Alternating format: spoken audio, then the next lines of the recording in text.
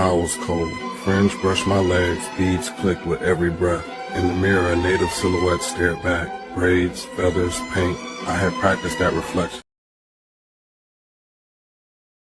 Black people sold each other as slaves first, and the Europeans just came and exploited that. Is there any truth to that? Yeah, there is, but it's spun 600 years ago. You would have seen yourself as belonging to your country. I would have seen myself as belonging to my country. And battles take place, like battles would take place in Europe. And whoever gets captured is going to end up prisoners of war. That's not unusual. But the way it's presented is deny that you even had a country, deny that I had a country. So we're now all one group of people called black people. So if we're now battling, well, why are you black people even fighting? You're supposed to be one people. The evolution of slavery, it begins in 1441. Kidnapping is how it began. It was the Portuguese that they realized that they could build slave dungeons. The local ruler on the Ghanaian coast, Kwame Ansa, he was told this was going to be a trading center for goods. He opposed it, but the Portuguese burned his village down. So that's how they were able to build slave dungeons. And then once you now have that, you can now pull even more people out by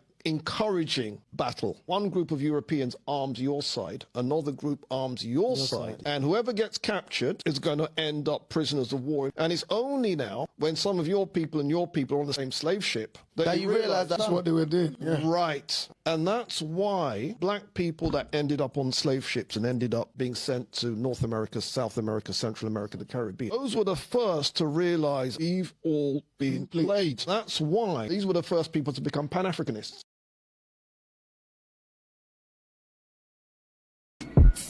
They try to make it seem like we are some different kind of Negro over here, like our struggle is apart from Africa. I tell you today, our lineage is African. We are Africans in America. We don't need to. Foundational black Americans are not for black people.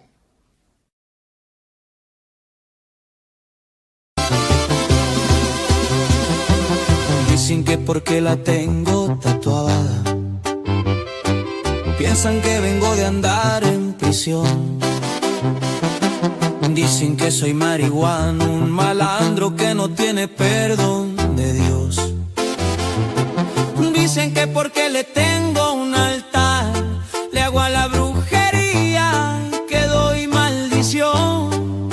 Lo que no saben es que cada santita es promesa cumplida, es mi milagro.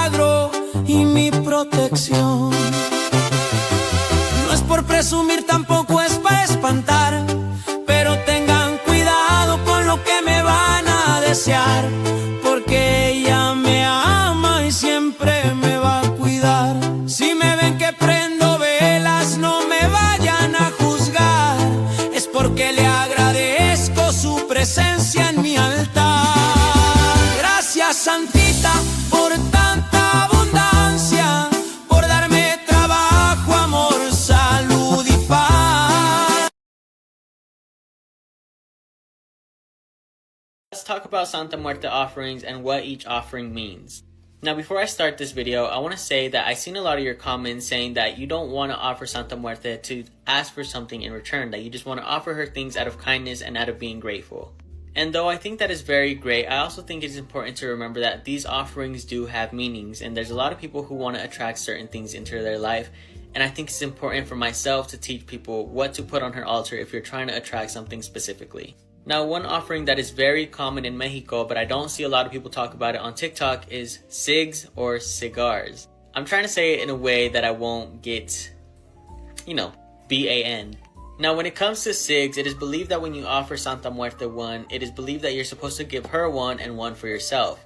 I also want to start by saying it is not a very crucial offering. Do not force yourself to do it if you have quit, or you're not a smoker, or if you're underage, especially don't do it. But to those who are smokers and offer Santa Muerte cigs, it is believed that one is for her and one is for yourself. It is also believed that this offering destroys any envious energy that you get from your workplace or from your family, because let's be for real, a lot of the time our biggest haters are our family. Now, when it comes to cigars, it is believed that when you blow the smoke on her altar or on her statue, that it repels all negative energy and purifies you and your space. Now let's talk about flowers. I believe that it is important to have flowers on your altar as often as you can because they pay tribute to La Santa Muerte. And paying tribute to her is important because it is believed when you pay tribute to her, she is more likely to answer your petition. Now, it doesn't matter what kind of flowers you get her. You can get her roses, you can get her lilies, you can get her sunflowers. Regardless to what you get her, you are paying tribute to La Santa Muerte so that she answers your petition. Though some flowers do carry certain frequencies like red roses for love, passion, and desire, and white roses for purification. I also forgot to mention that white roses also repel sickness, whether it's physical sickness or spiritual sickness. It is also said that it is better to get flowers from an actual field or somewhere out in nature because it keeps the natural energy on the altar. But for people like me who live in areas where winter happens and it starts snowing where there is no flowers outside, it is okay to get her flowers from the store. But just try to get her flowers from outside in nature when you can and when it is available to you. Now let's talk about incense. When it comes to incense, there are a lot of incense that are popular on the Santa Muerte altar, so I'm going to talk about the most popular. Let's talk about copal. When you burn copal, whether it is in your home or in your workplace, it is believed that it dispels and banishes any negative energy and purifies your space. It is also believed that when you burn this, especially in your place of business, that it opens door for you, acting as a road opener.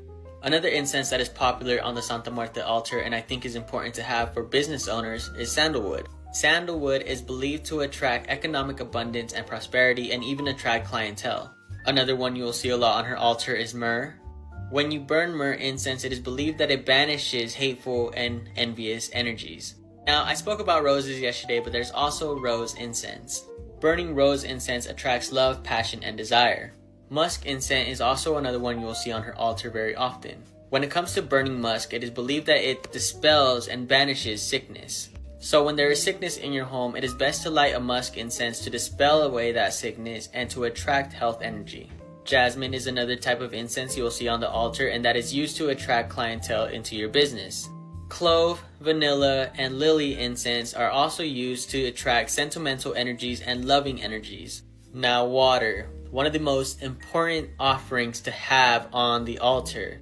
Because just as important as water is in our physical world, it is important for the spiritual world as well. Water on the altar is used to channel different energies, whether it's sentimental energies or other kind of energies. I would even go as far as to say that water even works as a ward. Because through Santa Muerte's altar, we can see when something is going on in our life or if somebody is throwing or hexing us. So water should never, ever, ever be missing from your altar. Bread is another very common offering that I see on the altar, and I think it is one that we should have on there as often as we can put it there. Let's not forget, Mommy is a Catholic folk saint, and one of the many Catholic prayers out there does say, please give us our daily bread. Bread is essential, so when you have it on your altar, it is so that you never lack in anything food-wise. Now, when it comes to fruits, the most common fruit you will see on her altar are apples, specifically red apples. It is believed that fruit on the altar is to dispel any negative and envious energies. It's also important to note that green and yellow apples are given to Santa Muerte to attract money. Chocolates and other candies are also important to have on the altar because they bring sentimental energies and loving energies. So when you want to sweeten your life, candies are a great way to do it. Another way to sweeten your life or even sweeten your relationship with La Santa Muerte is to offer her honey. Drizzling some honey on top of some of the offerings you give her, whether it's bread or fruits, is a great way to do that as well. Alright, the video is getting pretty long and you guys have the attention span of a fucking goldfish, so I'm gonna end it right here. If there's any other offerings you want me to talk about, please comment them down below and I'll get to them as soon as I can. Also, if you want to know where I'm getting all this information, it's this Bible right here, La Sagrada Biblia de la Santa Muerte. It's kind of fading right here. But this book right here is very informative, so I would suggest you grab it. And I'm not getting paid to say this, I'm not promoting it. It's genuinely a good fucking book, so that's why I'm suggesting it. I got this book from the Little Botanica here on TikTok. I'll tag them in the comments so you guys could see that I'm not making any money off of this video. I'm just genuinely trying to put you guys onto a good fucking book. I love you guys, bye.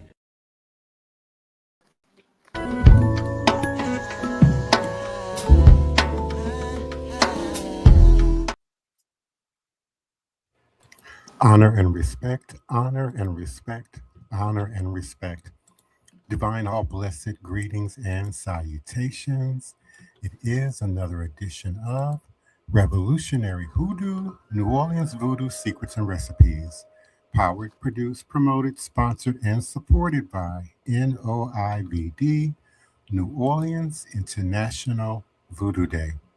Inspired by National Voodoo Day in Benin and led by our local Black community members, New Orleans International Voodoo Day is a day of collective remembrance and spiritual reparation that is preceded by an Afro-ecology exhibit, a symposium, and also includes a procession to the monuments of sites of enslavement in New Orleans, a ritual to account for and seek absolution for the city's and the country's participation in the institution of slavery, homage to those ancestors who suffered through and survived the transatlantic slave trade, and honor and appreciation for the achievements of those who came out of this oppression. 2 days, May 23rd, Saturday, and May 24th, Sunday, 2026.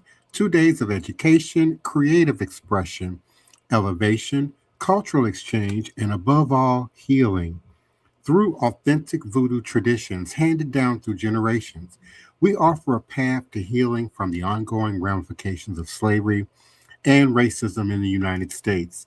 And through an international partnership, New Orleans International Voodoo Day becomes a major annual event in New Orleans, bringing peace, relief, and healing, and connecting New Orleans with Benin, Haiti, the major points of the transatlantic slave trade, and hubs of voodoo throughout the world, as well as all nations where African traditional religious systems are practiced, and in healing circuit and drawing visitors from around the world. And we continue to show great appreciation for your continued support and participation in this powerful and upcoming and growing event by visiting us at www.voodooday.org. Please do become a participant, a volunteer, a donator, a sponsor, again, by visiting us for more information at www.voodooday.org, VODOUDAY.org. And we're eternally grateful for your continued support and participation of this 9 p.m. U.S. Central Standard Time, Monday through Friday, podcast on a social media outlet near you, certainly by way of Facebook, Instagram, LinkedIn, YouTube, Twitter X, and by way of our QR code displayed at the upper right corner of your screen. We certainly thank you, our faithful and committed community member Daniel Neal, for your continued support and participation. Greetings to you and yours, Love 1901. We certainly appreciate you. And my beloved godson, Neo Fight Bokur 7693. We certainly do appreciate your continued support and visitation.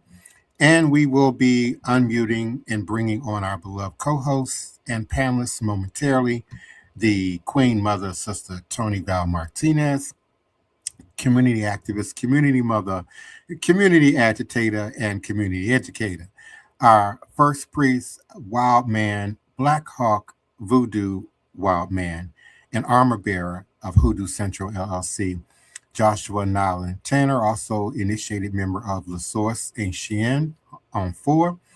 My godson Tyson Horn, also initiated member of La Source and Chien on 4, also a committed team member of NOIVD, and our executive producer of Respect the Voodoo, and our beloved elder Reggie, Green Soap, leader and founder of Shrine of the White Cloth, a committed co-administrator of NOIVD. We certainly do appreciate you all's continued support and commitment to this nightly, Monday through Friday, 9 p.m. Central Standard Time podcast. Your dedication and vocation is not lost on me. I'm certainly thankful for you all. We want to talk tonight, and maybe for a few days, about Santa Muerte, or Holy Death. Santa Muerte is a female skeletal figure venerated primarily in Mexico and among Mexican American communities. Her emergence as a devotional focus reflects profound syncretism, blending Catholic iconology, indigenous Mesoamerican cosmology, and African diasporic magical practice. You may have heard me mention on the occasion once or twice that I've done, a great deal of work as it relates to my own DNA ancestry. And I found to be 1% indigenous to Mexico. But I've always had a connection and a love for Santa Muerte, going back to at least the mid-'80s. The incorporation of Santa Muerte into African American and Afro-Caribbean traditions, such as hoodoo, root work, conjure, and voodoo, exemplifies nuanced cultural adaptation driven by shared principles of spiritual agency, protection, negotiation with the unseen forces. The anthropological and syncretic background of Santa Muerte. The origins of Santa Muerte are associated with the Aztec death goddess, and please forgive my pronunciation, Michitlacacho, Mictecacihuatl, as well as Spanish Catholic personifications of death, or La Parca. She embodies death and transformation. In the African diasporic traditions brought by the enslaved peoples, Voodoo in Haiti, Santeria in Cuba, Palo Monte Mayombe in Cuba, Obia in the Caribbean, share ancestry in West African cosmologies of Yoruba, Fan, Ewe, and the like, and venerate ancestral spirits and those who inhabit the realms of the dead with ritualized herbal, mineral, and symbolic practices. So syncretic mechanisms of these traditions and practices include Catholic saint imagery, especially iconography of the Virgin Mary, merges with African and Afro-Indigenous deities. Santa Muerte's colors correspond to specific petitions: white for purity and cleanliness, red for love and activation, yellow for prosperity and wealth, black for protection and defense, and offensive magic. And similar to the color-coded ritual applications of orishas, for example, in Santeria, or Loa in Vodou, Ritualized offerings, candles, and prayers create a shared spiritual economy with hoodoo and root work practices. There is a well documented integration into hoodoo, root work, and conjure with Santa Muerte. Hoodoo, root work, and conjure as a framework, these African American traditions are primarily magical systems, not exactly religions, emphasizing practical results of love, justice, protection, prosperity, sometimes even control, and ritual implements as roots, herbs, stones, oils are analogous to Santa Muerte rituals, employing candles, amulets, and symbolic offerings. Santa Muerte acts as a folk saint with specialized powers, fitting into the hoodoo conceptual schema of invoking spirits for tangible outcomes. I also found a amalgamation, syncretization, and in correlation in uniquely and specifically to what's going on right now, Venezuela, and the practice of Maria Leonza, which is centered around a either Creole or lighter skinned female goddess deity with a African deity and icon to one side, and an indigenous or aboriginal or an Indios icon to the other side. And again, operating from roots, herbs, stones, oils, burning candles, amulets, trance possession, even to create manifestations of healing, wellness, prosperity, to fix, change, repair, and bring about a reality that best mirrors our interests. There are many rituals in terms of parallel across the Pan-African magical spiritual diaspora. Certainly protection spells are mirrored in hoodoo's protective mojo bags and consecrated stones. Prosperity rituals correspond with hoodoo money drawing operations using herbs, coins, silver, etc. Love rituals similar to hoodoo marriage or love spells, often using colored candles and petitions, and certainly ritual timing, night, dusk, seasons, ritual days according to the sun calendar or the lunar calendar, mirrors that emphasize an auspicious timing and spiritual receptivity in conjure. Integration into voodoo of Santa Muerte. There's a great deal of voodoo compatibility when we consider the great family of Gede, Beran Samdi, Papa Gede, and the many other members that inhabit that family of the dead and ancestors, if you will. Voodoo or Vodou involves a pantheon of spirits or loa, mediated via ritual ceremonies, music, and dance. And Santa Muerte is often analogized to Ma'am Bridget, who oversees death ceremonies in transition in partnership with Beran Samdi, or to Oya, the Orisha and goddess of storms and the underworld in Yoruba traditions like Santeria, creating a conceptual bridge of Afro-Caribbean practitioners. There is ritual incorporation, altars set up with offerings, candles, protective figurines, and Haitian and New Orleans voodoo can include Santa Muerte alongside conical loa and even statuary of Marie Laveau. And her imagery provides a syncretic focal point of mourning, ancestral veneration, or intercession, aligning with voodoo's animistic and ancestral sensibilities. There is certainly transatlantic and cultural dynamics to the practice that resonate in the African diasporic traditions. Shared values, navigating marginalization, seeking protective intersection, empowering historically oppressed communities, The sacred agency in Hoodoo and Santa Muerte devotion allows practitioners to negotiate justice and survival in their material lives.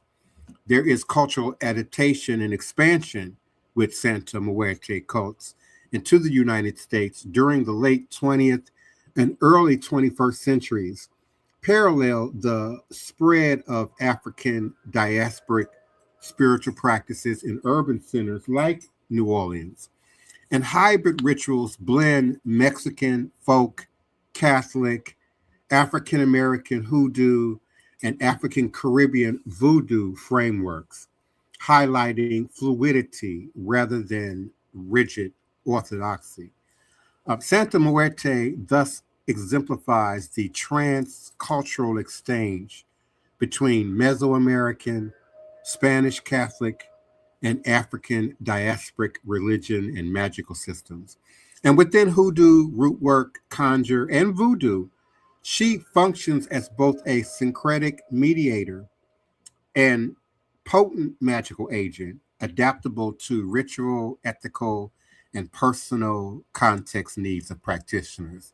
And as I ask my beloved co-hosts and panelists to please begin to unmute your mic, I'm going to offer 4 books that you may reference as it relates to this multidisciplinary perspective, which demonstrates that Santa Muerte is not only a but also a dynamic node in transnational, transcultural spiritual networks, seamlessly integrated into African American and Afro-Caribbean magical systems. The first of the 4 books, Jessica Kendrick, Kindrick, Jessica Kendrick, titled The African Roots of La Santa Muerte, 2013. The second book, R. Andrew Chestnut, the title, Devoted to Death, Santa Muerte, The Skeleton Saint, 2012. There's certainly some helpful, useful information at conjuredoctors.com, what is hoodoo, conjure, and root work, and Lady Hearted Apothecary, the difference between hoodoo and voodoo.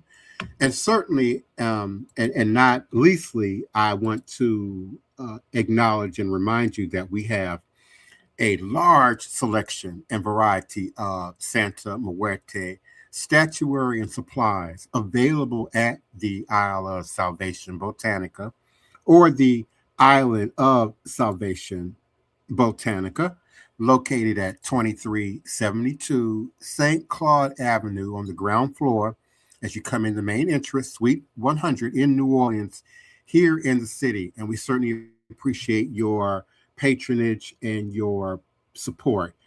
Now, please, beloved Queen Mother, Sister Toni Val Martinez, do unmute your mic and come on in. Our beloved brother Joshua Nylan Tanner, please do come on in. He might share some black masking and skull and bone correlations to this subject and topic. Tyson Horn, please do unmute and come on in. And our beloved Elder Reggie, please do unmute your mic and come on in. How you doing? Good evening, everyone. Hello, everyone. How y'all doing? I'm not very familiar with this subject. I really don't do altars except for my ancestor altar. So I really don't look into them too much. I've only seen Santa Muerto in movies, some very good movies, where they actually practiced her. And listening to y'all, they actually did it correct, how they did it. But I pass this on to someone else who may have a little more understanding and information on this subject. Elder Reggie? I can. Yeah, go ahead, Brother Joshua. Go forward. I don't have much to add. I don't. Okay. Well, I mean, I was just going to just chime in on the origins of this Santa Muerte and Santa Muerte. This is something I was doing some research on. I had been doing research on, and I just wanted to share about Santa Muerte, the Holy Death. They're not. I mean, this. How can I say it? It's actually by the Catholic Church. Is actually Santa Muerte is not considered like a proper saint. I guess you want to say, for the lack of terminology, but it's more like a folk saint. It's just similar to like how Maria Leonza is. So it's like a saint that actually is specifically kind of leans more towards the indigenous roots of the practice itself. It does have blends of it reflects it was something that was utilized to mask their representation of a lot of ancient roots, um, like Divine Prince had mentioned in terms of the Aztecs, uh, them worshiping the Lady of the Dead. Which I don't want to mess up that name, but that name he spelled out Mictecacihutl.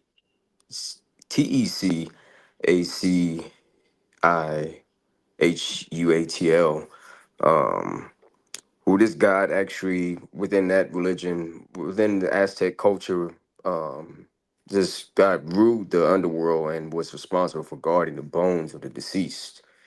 Um, and unlike the European view of death ending for a punishment, the Aztecs saw the death as a necessary part of cycle of life and of rebirth.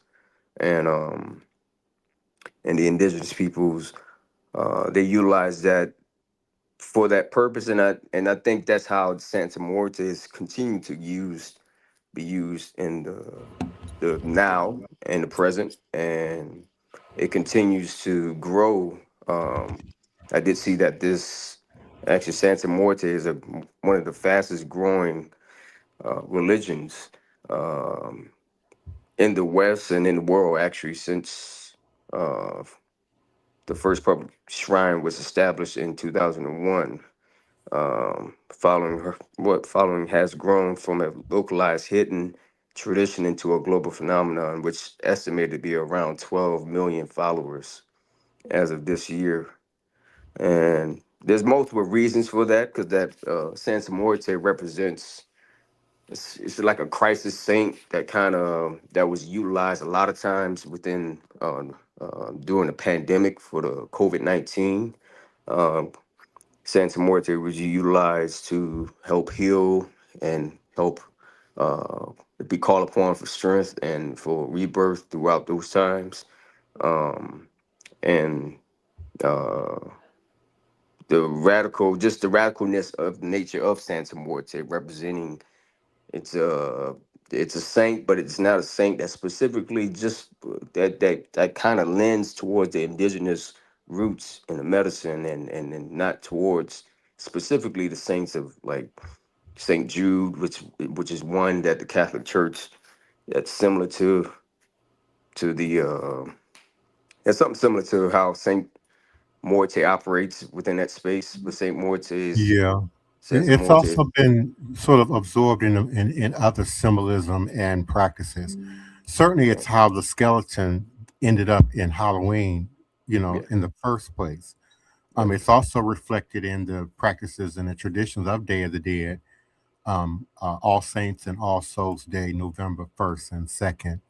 And certainly in Louisiana voodoo and Haitian voodoo, we acknowledge, again, Gede, Baron, Ma'am Bridget, which is very akin to the female skeletal figure of Santa Muerte that you see in Mexican culture, particularly the sugar uh, uh, dolls and artwork that's created with the female skeletal figure, often dressed up in sort of a traditional Mexo colonial style dress. Ma'am Bridget, whether it's in Haitian voodoo or Louisiana voodoo, is often sort of depicted in a very similar fashion.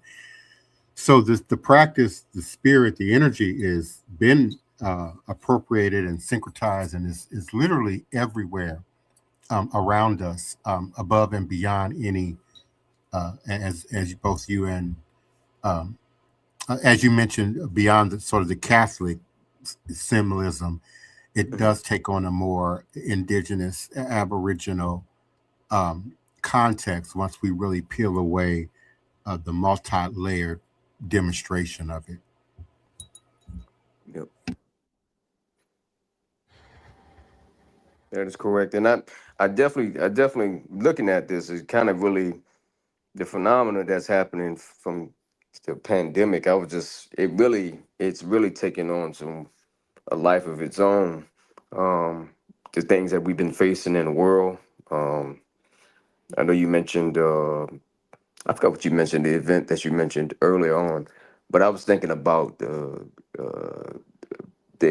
use of Santa Morte for like calling for injustice or helping to fight, you know, battles that unfair treatment, unfair punishment by legal systems and the police or whatever it may be. I was thinking about what just happened in Minneapolis with that young lady that got killed by ICE. Like Mm-hmm. events like that, like we're starting to see these events starting to happen more and more and more, and Santa Morte is utilized to help bring uh,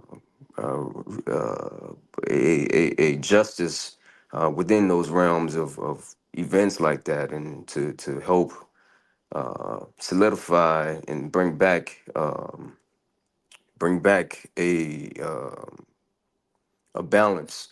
A lot of times people look at the Santa Morte, the depiction of it is a woman with the skull, and it just looked very, I guess you could say, uh, like dark in a way, but it's not really. Santa Morte is not considered to be a dark at all. It actually you can use it for both.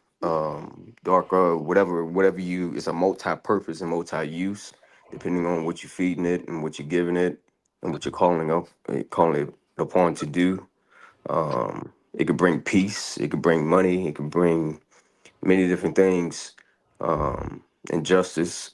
And so it's a very sought after thing nowadays, especially with what's happening in the world and the events that's occurring around us, man. So I would say that, man, if you guys are interested in reading up more about that, I would encourage you to do so.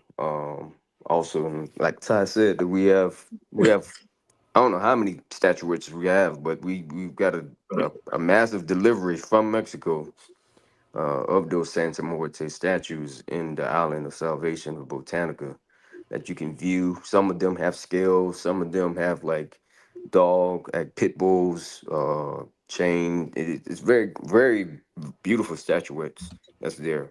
Um, so go there and check them out and see if or check them out or go there. There's written materials there too also that you can probably get that actually give you more information too also there. They have a plethora of books and texts that you can actually get more information uh, on Santa Muerte. Do they also celebrate her when they celebrate the Day of the Dead? Is she represented? Yes, that's what I was just describing. All Saints Day, All Saints Day, certainly Day of the Dead at the Healing Center on November 1st. She's a central figure in many hoodoo, voodoo, and Haitian voodoo practices, just under a not so Spanish name, or under other sort of symbolism and iconography. So yeah, she's a central participant in Day of the Dead ceremonies and practices here in the city, but also throughout the New World. And we're certainly always thankful and appreciative of everyone's participation and support. Certainly those who listen from our Facebook pages, my page, Sister Toni Val Martinez page, the Elder Reggie's Shrine of the White Cloth page. We certainly appreciate your continued participation and support. Certainly, thank you for listening in and participating from LinkedIn, YouTube, Twitter X, and Instagram. Thank you so much to our Instagram participants, certainly those who show up every night. But we're thankful and appreciative of you all.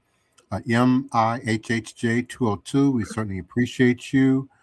Tindandin Zambi, we certainly appreciate you. Mokwaleki, thank you so much for coming through. We appreciate you. Jay Rose, thank you for coming through. Honey Prick 3, thank you for coming through.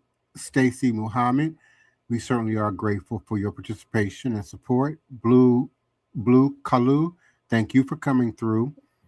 Treat Merema, I hope I said that right. Thank you for coming through. Nine Suzraza, thank you so much for coming through. Pablo Art Malik, thank you for coming through, regular listener. A Tribe Called Tyler, thank you for coming through again. Jack, I think that's Jack Black or Jack, JACQLBC joined again. We appreciate you. And King Queenie 1 joined. Thank you so much. And again, we invite your listenership and participation Monday through Fridays at 9 p.m. Central Standard Time on a platform near you or by way of our QR code in the top right corner of your screen. Thank you so much, and take it over, Elder Reggie. Read the advertisement. The new moon ritual prayer application ceremony will occur on the new moon, Sunday, January the 18th, time 6:30 p.m. in the zodiac of Capricorn. Location 710 Cluid Street. It's going to be a ritual of spiritual warfare and gathering, which is needed at this time. As Brother Joshua said, the event that's unfolding today in Minnesota. We have a large selection and a variety of Santa Muerte statuaries available at the Island of Salvation Botanica, and that location is 2372 St. Claude Avenue, Suite 100 in the New Orleans, Louisiana. February the 16th is Fat Tuesday, Almighty Gras. Yay. With that, I say, lest we forget, the spiritual medicine of voodoo brings healing and relief from the shackles of slavery that binds the master and the slave to the same chain of social division. We continue to have work to do. With that, I say, Ashe, Ashe, Ashe. Good night, everyone. We love you all. And we'll be back tomorrow. And I hope to do some research and study so I can participate. Good night, everyone. Thank you kindly, Elder Reggie. Thank you, Mother Toni. Good night. Good night, everyone. Santa Muerte, also known as Saint Death, is a folk saint and deity that has gained significant popularity in Mexico and parts of Latin America. Despite not being recognized or endorsed by the Catholic Church, Santa Muerte has amassed a large following, particularly among marginalized communities. The origin of Santa Muerte can be traced back to indigenous beliefs in Mesoamerica, where death was revered as a natural part of life. With the arrival of Spanish colonization and Catholicism, the syncretism of indigenous and Catholic beliefs gave rise to the figure of Santa Muerte. In the early 20th century, Santa Muerte started to gain popularity among criminals and those involved in illicit activities who sought her protection and favor in their dangerous undertakings. However, the devotion to Santa Muerte diversified over time and expanded beyond these circles, attracting a broader range of followers seeking help in various aspects of life. Santa Muerte is often portrayed as a skeletal figure representing death and is depicted in various forms. Each form is associated with specific areas of influence, such as love, prosperity, protection, or justice. Devotees often offer prayers, candles, flowers, and other offerings to Santa Muerte to seek assistance and blessings. The rise of Santa Muerte devotion has sparked controversy, with critics viewing it as a form of idolatry or worshipping an entity associated with criminality. Nevertheless, Santa Muerte continues to gain followers and has become an integral part of the cultural and religious landscape in Mexico and parts of Latin America. It's important to note that while Santa Muerte is associated with death, it is not a figure of evil or malevolence. The belief in Santa Muerte often stems from a desire for protection, guidance, and comfort, particularly for those facing difficult circumstances or marginalized in society. If there are any specific characters you would like to know about, please let me know in the comments section.